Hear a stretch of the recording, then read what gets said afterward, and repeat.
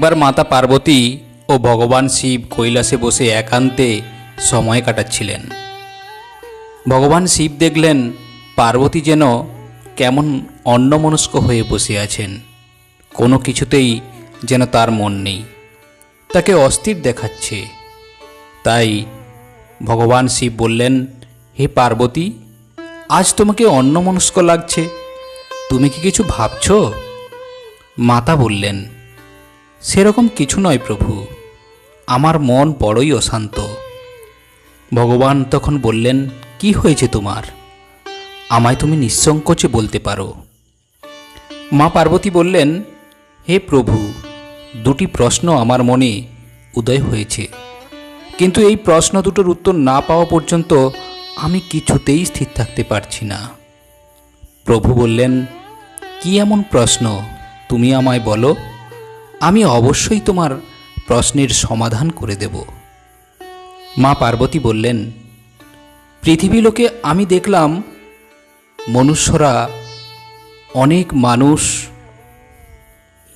চরম দরিদ্রতার মধ্যে সময় কাটাচ্ছে, তাদের দুঃখের শেষ নেই, তারা ক্রমশ ঋণে জর্জরিত হয়ে পড়ছে। প্রভু, আমি জানতে চাই মানুষ কেন সারা জীবন ঋণে ডুবে থাকে।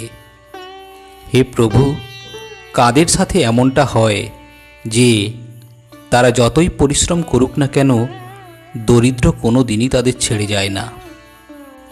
প্রভু শিব তখন মা পার্বতীকে বললেন, হে পার্বতী, আমি বুঝেছি তোমার মনের কষ্ট, মন অশান্ত থাকার কারণ। তুমি তোমার সন্তানদের কথা ভেবে মন খারাপ করছো, তাই তো? তুমি আর চিন্তা করো না, আমি তোমায় তোমার এই প্রশ্নের সমাধান করে দেব। তোমাকে আমি একটি ছোট্ট কাহিনী বলছি, তুমি এটা মনোযোগ সহকারে শোনো। তোমার মনে জমে থাকা এই প্রশ্নের উত্তর তুমি পেয়ে যাবে। তুমি জানতে পারবে যে নারীরা স্নান না করে এই তিনটি কাজ করে, তার স্বামী সারা জীবন ডুবে থাকে ঋণে। কঠিন পরিশ্রম করার পরেও তাদেরকে সবসময় দরিদ্রতার মুখোমুখি হতে হয়। তখন মা পার্বতী বললেন, হে প্রভু, আপনি গল্পটি অবশ্যই বলুন, আমি মনোযোগ সহকারেই শুনব। এরপর ভগবান শিব বললেন, যে ব্যক্তি এই গল্প মনোযোগ সহকারে শ্রবণ করে, আমি তার শত পাপ ক্ষমা করে দেই। তো বন্ধুরা, আজকের এই ভিডিও খুবই গুরুত্বপূর্ণ হতে চলেছে। আপনারা অবশ্যই শেষ পর্যন্ত গল্পটি শুনুন এবং কমেন্টস বক্সে অবশ্যই লিখুন, হর হর মহাদেব, জয় মা পার্বতীর জয়। তো বন্ধুরা, এই বলে দেবাদিদেব মহাদেব মা পার্বতীকে কাহিনীটি বলতে লাগলেন এবং বললেন, এক নগরে এক রাজা ছিলেন। তিনি অত্যন্ত ধার্মিক এবং সৎ ছিলেন। রাজা পূর্ণ নিষ্ঠার সাথে রাজ্যের কাজকর্ম পরিচালনা করতেন। রাজা এখনো বিয়ে করেনি, তবে এক সুন্দরী রাজকুমারীর সাথে তার বিয়ের কথা পাকা হয়ে আছে। একদা রাজার দরবারে সৈন্যরা একজনকে ধরে নিয়ে এলো। সে অনেক টাকা পয়সা নিয়ে সন্দেহজনক অবস্থায় কোথাও একটা যাচ্ছিল। লোকটি খুবই সাধারণ ছিল, তাই সৈন্যরা ভেবেছিল লোকটা হয়তো চোর, আর সে চুরির টাকা নিয়ে পালানোর পরিকল্পনা করছে। সেই জন্য রাজার সৈন্যরা তাকে ধরে রাজার সামনে হাজির করল। লোকটিকে রাজার সামনে পেশ করলে রাজা লোকটিকে তার পরিচয় জানতে চাইলেন এবং জানতে চাইলেন এই টাকা তার কাছে কিভাবে এলো এবং কোথা থেকে এলো। তো লোকটি বলল সে একজন ধনী মহিলার চাকর, সেই মহিলাই তাকে এই সমস্ত টাকা পয়সা দিয়েছেন। এবার রাজার কৌতূহল আরও বেড়ে গেল এবং তিনি ভাবলেন, কেন মহিলাটি এই চাকরকে এত টাকা দিল। তো রাজা এরপর লোকটিকে বলল, প্রথমে বলো, ওই মহিলা তোমাকে এত টাকা কেন দিয়েছে, এর পেছনের কারণ কি? রাজার কথা শুনে লোকটি বলতে লাগলো, আসলে ওই নারীর সঙ্গে আমার অনৈতিক সম্পর্ক আছে। সে আমাকে বিয়ে করতে চায়, তাই সে তার স্বামীকে হত্যা করার পর আমার সাথে দেখা করবে।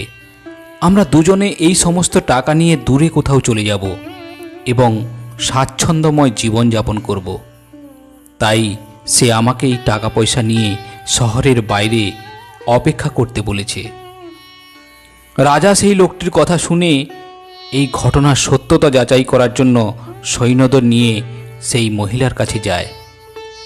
তো সেখানে পৌঁছেই সৈন্যরা এসে রাজাকে জানালেন যে মহিলাটি তার চাকরের ধরা পড়ার খবর পেয়ে গেছে এবং এখন সে বিলাপ করছে। ডাকাতরা সব টাকা লুট করে তার স্বামীকে হত্যা করে পালিয়ে গেছে। এখন সে তার স্বামীর চিতা সজ্জিত করছে এবং নিজেকে সতী প্রমাণ করার জন্য সেই চিতায় প্রাণ বিসর্জন দেওয়ার জন্য উঠে বসে আছে। সেই দৃশ্য দেখে রাজা সত্যি হতবাক হয়ে গেলেন এবং যে লোকটি চিতায় আগুন দিতে যাচ্ছিল তাকে থামিয়ে দিলেন এবং সেই মহিলাকে চিতা থেকে নামতে বললেন। এরপর রাজা তার সমস্ত ধনসম্পদ মহিলাকে দিয়ে তার চাকরকে সামনে এনে বললেন, আমি সমস্ত সত্যটা জেনে গেছি, এখন রাজদণ্ডের মুখোমুখি হওয়ার জন্য প্রস্তুত হয়ে যান।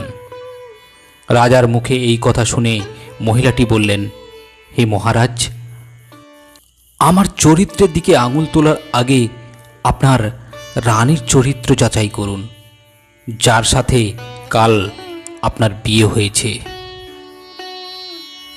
এই কথা শোনার পর রাজা তার সৈন্যদের সাথে প্রাসাদে ফিরে এলেও সেই মহিলাটির কথা বারবার তার মনে পড়তে লাগলো। সেই মহিলা বলেছিল, আমার চরিত্রের দিকে আঙুল তোলার আগে আপনার রানীর চরিত্র যাচাই করুন। তারপর এই কথা ভেবে রাজা রানীর দিকে নজর রাখতে শুরু করলেন। এরপর ভগবান শিব মাতা পার্বতীকে বললেন। এদিকে রাজা তার রানীর উপর নজর রাখতে শুরু করলেন। অন্যদিকে শত্রুরা রাজার প্রাসাদ আক্রমণ করে রাজার সমস্ত ধনসম্পদ লুট করে নিয়ে যায়। এরপর রাজা একটি টাকার সন্ধানে এদিক ওদিক ঘুরে বেড়াতে থাকেন এবং রাজা অন্য রাজ্যের রাজাদের কাছ থেকে ঋণ নিয়ে রাজ্য পরিচালনা করতে থাকেন। এদিকে রাজা তার রানীকে নিয়ে খুব চিন্তিত ছিলেন। সেই কারণে রাজা তার প্রজাদের ঠিকমতো দেখাশোনাও করতে পারছিলেন না। এরপর ভগবান শিব মা পার্বতীকে বললেন। এক রাতে রানী ভাবলেন রাজা ঘুমিয়ে পড়েছে, তাই সে উঠে রাজবাড়ির বাইরে চলে গেলেন। রাজাও নিঃশব্দে তার পেছনে পেছনে যেতে লাগলেন। রানী কিছু দূর গিয়ে এক ব্যক্তির বাড়িতে গেলেন। রানীকে দেখে সেই ব্যক্তি সাথে সাথে উঠে গেলেন এবং রানীর সাথে পাশের কুঁড়ে ঘরে ঢুকলেন।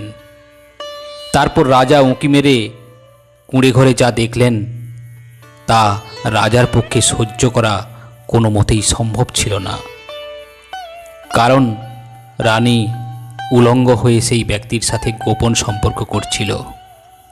তখন রাজা অনেক দুঃখ পেয়ে ভাবতে লাগলেন, তিনি রানীকে এত ভালোবাসেন, তবুও তিনি তার সাথে প্রতারণা করছেন। তখন রাজার ক্রোধের সীমা ছাড়িয়ে যায় এবং কুঁড়ে ঘরে প্রবেশ করে ওই ব্যক্তি ও রানীকে মেরে ফেলে।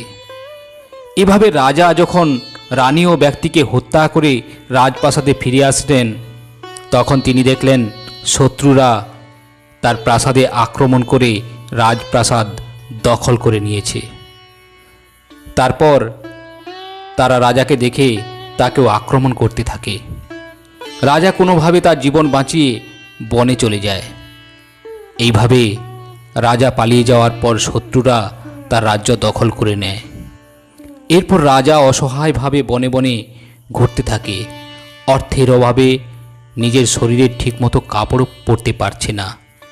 এভাবেই কিছুদিন কেটে যাওয়ার পর একদিন তিনি বনে এক ঋষিকে দেখতে পান এবং সেই ঋষি আর কেউ নন, স্বয়ং ভগবান শ্রীবিষ্ণু মা লক্ষ্মীর সাথে ছদ্মবেশে ভ্রমণ করছিলেন। তখন ভগবান শিব বললেন, হে পার্বতী, এখন তুমি অবশ্যই ভাবছ কেন ভগবান বিষ্ণু রাজার সাথে দেখা করতে আসলেন। আমি আপনাকে বলতে চাই যে রাজা খুব ধার্মিক, দয়ালু ও সরল প্রকৃতির ছিলেন এবং কখনো কারো ক্ষতি করেননি। প্রতি জন্মে তিনি ভালো কাজ করতেন, তাই ভগবান বিষ্ণু তাকে দর্শন দেন এইভাবে। তো এরপর সেই রাজা ঋষির চরণ ছুঁয়ে আশীর্বাদ চাইলেন এবং বললেন, হে ঋষি মহারাজ, আমার দিনগুলো এত ভালো ছিল, আমার টাকা পয়সার কোনো অভাবই ছিল না, কিন্তু হঠাৎ কি হলো জানি না, বিয়ের পর থেকে আমার সব কিছু পরিবর্তন হতে শুরু করে। অন্যের কাছ থেকে অনেক ঋণ হয়ে গেছে, আমার রাজপ্রাসাদ সহ সমস্ত রাজ্যও চলে গেছে। শেষ পর্যন্ত আমার রানীও আমার সাথে প্রতারণা করেছে। আমি জানতে চাই কেন এমনটা হলো। আজ পর্যন্ত আমি কারো খারাপ করিনি এবং কারো খারাপ করার কথা ভাবিও নি। তখন ঋষি বেশধারী ভগবান বিষ্ণু বললেন, এটা তোমার দোষ নয়, তোমার ভালো কাজের কারণেই তুমি সিংহাসন পেয়েছিলে।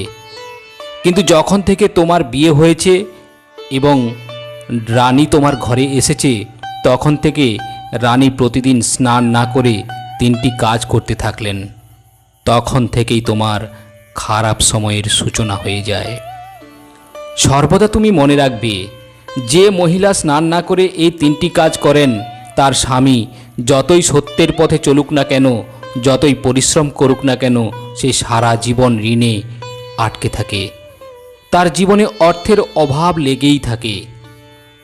তখন রাজা বললেন, হে ঋষিরাজ, দয়া করে আমাকে বলুন, কোন 3টি কাজ নারীদের স্নান না করে কখনোই করা উচিত নয়।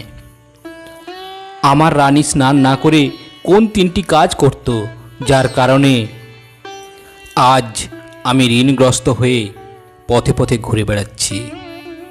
আমার নির্মিত রাজপ্রাসাদ ধ্বংস হয়ে গেছে, শত্রুরা আমার রাজ্য দখল করে নিয়েছে। তো তখন ঋষি বললেন, হে রাজন, স্নান না করে মহিলাদের কখনোই রান্নাঘরে প্রবেশ করা উচিত নয়। স্নান না সেরে রান্না করা অত্যন্ত অশুভ একটি কাজ বলে মনে করা হয়, কারণ হিন্দু ধর্মে খাবারকে মা অন্নপূর্ণার প্রতীক হিসাবে মনে করা হয়। তার ভাঁড়ারেই এই জগতের সব খাদ্য মজুদ আছে। তাই স্নান না করে অবস্থায় রান্না করা মা অন্নপূর্ণাকে অপমান করা বলে মনে করা হয়। এর ফলে রুষ্ট হন দেবী লক্ষ্মী, যার ফলে আপনার সংসারে খাদ্য সংকট দেখা দেয়। মহিলাদের কখনোই স্নান করার আগে চুল আঁচড়ানো বা সিঁদুর নেওয়া উচিত নয়। সকালে স্নান না করেই চুল খুলে চুল আঁচড়ালে অশুভ শক্তি আপনার বাড়ির প্রতি আকৃষ্ট করে। এর ফলে দেবী লক্ষ্মী রুষ্ট হয়ে বিদায় নেন এবং আপনার সংসারে দুঃখ, কষ্ট ও দারিদ্র্য মাথা তুলে দাঁড়ায়।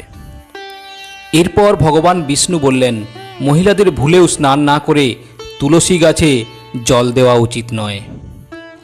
তুলসী গাছকে মা লক্ষ্মীরই আর একটি রূপ বলে মনে করা হয়।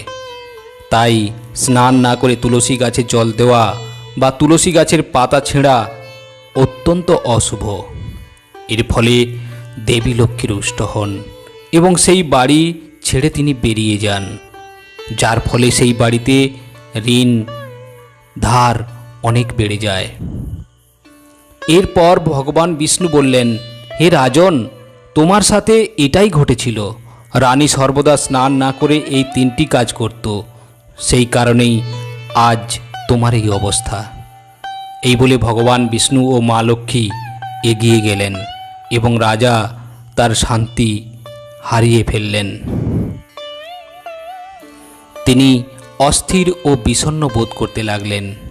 তারপর সে অনুভব করল যে তার ধর্মীয় অনুশাসনে অবশ্যই কিছু ঘাটতি ছিল, যার কারণে ভগবান তাকে রানীর বিশ্বাসঘাতকতার দৃশ্য দেখিয়ে তাকে শাস্তি দিয়েছিলেন। এরপর রাজা সমুদ্রের তীরে পৌঁছালেন এবং সেখানে গিয়ে সমুদ্র দেবতার তপস্যা করলেন এবং সমুদ্র দেবতা রাজাকে দেখা দিল। রাজা সমুদ্র দেবতার কাছে প্রার্থনা করে বললেন, হে সমুদ্র দেবতা, আমি আপনার তীরে তপস্যা করতে চাই, আমাকে তপস্যা করার অনুমতি দিন। তখন সমুদ্র দেবতা রাজাকে তপস্যার অনুমতি দিলেন। এইভাবে বহু বছর ধরে তপস্যা করার পর রাজা আবার সিংহাসন লাভ করেন।